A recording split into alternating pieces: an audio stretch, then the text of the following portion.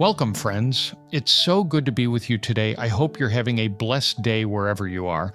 Our thoughts are incredibly powerful. They shape our reality, influence our decisions, and ultimately determine the direction of our lives. But what happens when we become trapped by negative thinking patterns? Today, we're going to explore what it means to take our thoughts captive and renew our mind according to God's truth.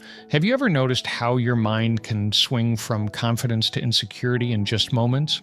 One minute you're feeling on top of the world, and the next you're questioning every decision you've ever made. You're not alone. The mind truly is a battlefield where most of life's victories are won or lost. Think about it. Before any action takes place externally, it first begins as a thought internally. Before anxiety manifests in your body, it starts as a worried thought in your mind. Before you speak words that build up or tear down, those words form in your thinking. Proverbs chapter 23, verse 7 says, "For as he thinks in his heart, so is he." This profound truth reveals that our thoughts aren't just passing mental activities, they're actively shaping who we are becoming. What we consistently think about ourselves, about others, about God, and about our circumstances will inevitably manifest in our lives. The good news is that God hasn't left us defenseless in this mental battlefield. He's given us powerful weapons to demolish strongholds and take our thoughts captive. Our spiritual adversary knows that if he can control your thinking, he can influence your actions. The devil doesn't need to control your circumstances if he can control your thoughts about your circumstances. This enemy tries to shape your thinking one lie at a time, building strongholds of deception in your mind. A stronghold is like a fortress, a fortified place where false beliefs are protected and defended against the truth. What are some common lies that form strongholds? You'll never be good enough. God has abandoned you. Your past defines you. These deceptive thoughts create patterns that can hold us captive for years if we don't recognize and confront them. 2 Corinthians chapter 10, verses 4 and 5 tells us, "The weapons we fight with are not the weapons of the world. On the contrary, they have divine power to demolish strongholds. We demolish arguments and every pretension that sets itself up against the knowledge of God, and we take captive every thought to make it obedient to Christ." This powerful passage reveals that we have divinely empowered weapons to tear down these mental fortresses.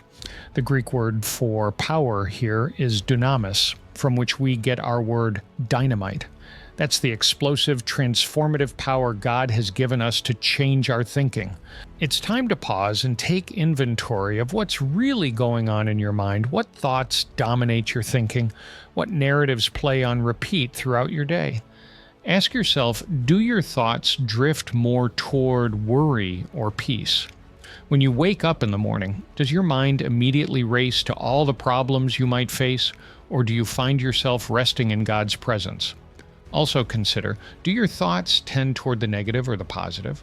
Are you quick to criticize yourself and others, or do you look for the good and believe the best? Finally, examine whether your thoughts are primarily focused on the past, trapped in regret, or whether they're fixed on the future, consumed by worry. Or are you able to live in the present, embracing each moment as it comes? This thought audit isn't a one-time exercise. It's a practice of awareness that helps us catch unhealthy patterns before they take root.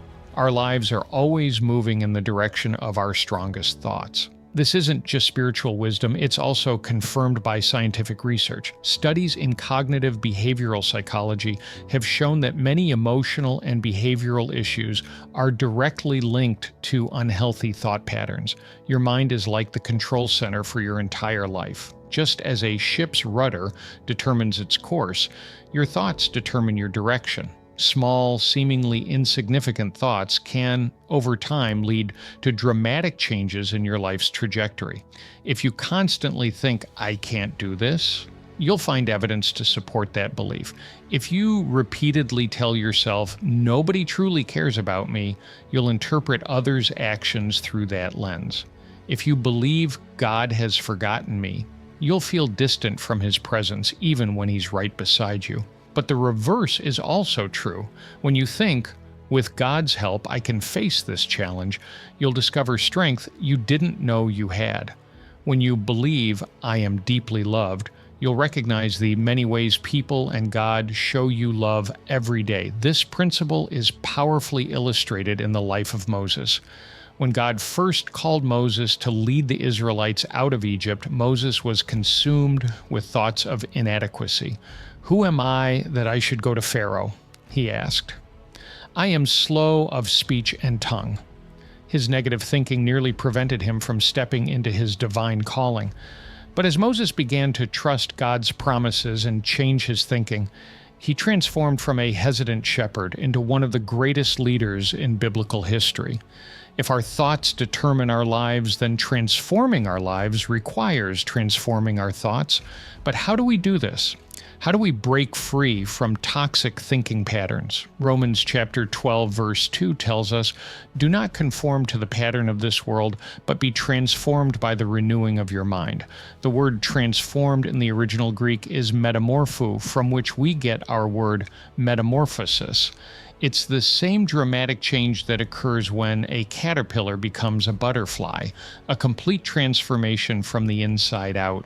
Mind renewal isn't just positive thinking or mere self-improvement. It's allowing God's truth to completely reshape how we think. It's replacing the world's patterns and the enemy's lies with God's perspective. And this renewal isn't a one-time event.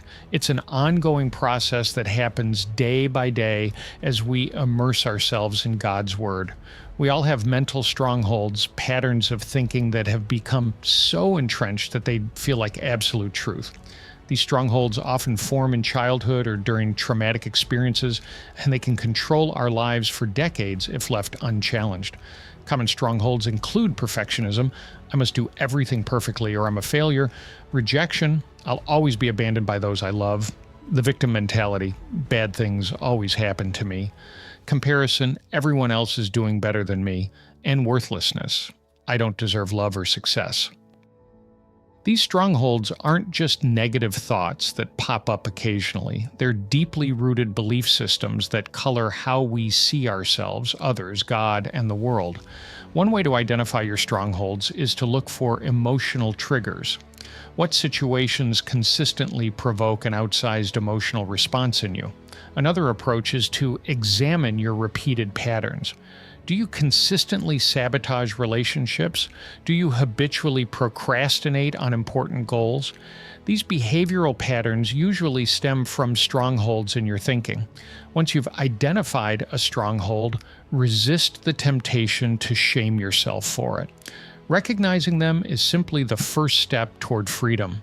Our primary weapon in this war is taking every thought captive to make it obedient to Christ. What does this mean practically? It means developing the habit of mental awareness, noticing your thoughts rather than simply thinking them. It means learning to pause between a thought and your response to it, creating space to evaluate whether that thought aligns with God's truth. Taking thoughts captive isn't about suppressing negative thoughts, it's about examining them in the light of Scripture. It's a practice of discernment that asks, is this thought true? Is it helpful? Is it aligned with God's character and promises? If not, it needs to be captured and replaced. The practice of taking thoughts captive isn't easy, especially at first. Our minds have well-worn paths that they naturally follow. But neuroscience confirms what Scripture has always taught. Our brains can create new neural pathways through consistent practice. Every time you catch a negative thought and replace it with truth, you're carving out a new path that will become more natural over time. Once you've captured a thought that doesn't align with God's truth, the next step is replacement. Nature abhors a vacuum, and so does your mind. It's not enough to identify and reject a lie. You must replace it with truth. This is where Scripture becomes your most powerful tool. When we memorize and meditate on Scripture, we're equipping ourselves with the ultimate weapon against deception. For every lie that has taken root in your mind, there's a corresponding truth in God's Word. If you struggle with the lie, "I'm all alone," Scripture reminds you that God has promised never to leave or forsake you. If you battle thoughts of worthlessness, God's Word declares that you are fearfully and wonderfully made. The key is to be specific. Don't just tell yourself to think more positively. Identify the precise lie you're believing and replace it with the specific truth that counters it. Write these truths down. Speak them aloud. Meditate on them throughout your day. As we work to renew our minds, we must also be intentional about what we allow into our minds in the first place. In today's world, we're constantly bombarded with messages that contradict God's truth through media conversation, social platforms, and cultural norms. Philippians chapter 4, verse 8 gives us a powerful filter for our mental inputs. Finally, brothers and sisters, whatever is true, whatever is noble, whatever is right, whatever is pure, whatever is lovely, whatever is admirable, if anything is excellent or praiseworthy, think about such things. This verse isn't suggesting we ignore reality or avoid difficult topics. Rather, it's encouraging us to be selective about what we dwell on and what we allow to take up residence in our minds. It's about cultivating discernment in what we watch, read, listen to, and talk about. Winning the war in your mind isn't a one-time battle, but a daily discipline. Here's a practical daily routine for thought replacement. Begin each morning by feeding your mind with truth. Before you check your phone or turn on the news, spend time in God's Word. Let Scripture be the first voice you hear each day. Throughout the day, practice thought awareness. Notice when your mind slides into worry, criticism, or other negative patterns. Pause, identify the thought pattern, and consciously choose a different mental path. Create visual or audible reminders of truth. Put scripture verses on your mirror, desk, or phone wallpaper. Set alarms that prompt you to check your thinking.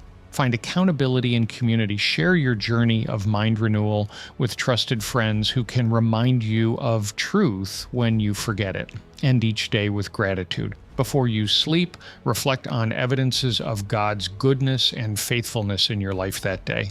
What does life look like when you're consistently winning the war in your mind?